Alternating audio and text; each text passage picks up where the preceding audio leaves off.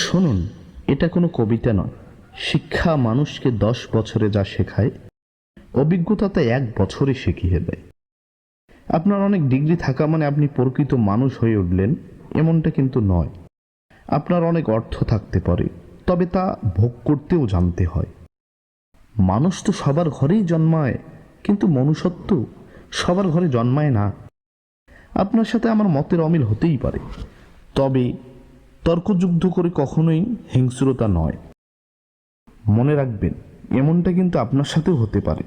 উন্নত যুগ, উন্নত সময়, আধুনিকতার পরিষেবা, রয়েছে অনেক রকম থেরাপি। তবে আজ আপনাদের এমন এক থেরাপির কথা বলবো, যার জন্য কোনো চিকিৎসকের প্রয়োজন হয় না, প্রয়োজন হয় না কারি টাকা, শুধুমাত্র একটু মানবিক হতে হয়। প্রেম থেরাপি, যা দিয়ে আপনি জয় করতে পারেন গোটা বিশ্ব।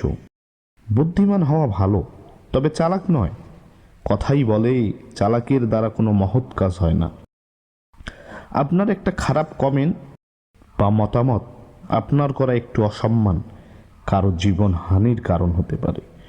সব প্রতিযোগিতা সাফল্যে পৌঁছে দেয় না, সব জেদেও কিন্তু উন্নতি হয় না।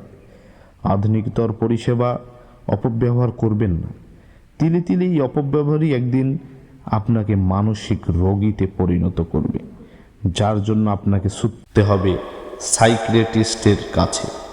কষ্ট হলে, দম বন্ধ হয়ে আসলে দরজা বন্ধ করে কাঁদুন, হাসুন, গান করুন, ছবি আঁকুন, তবে হ্যাঁ, দরজা খুলুন হাসি মুখে।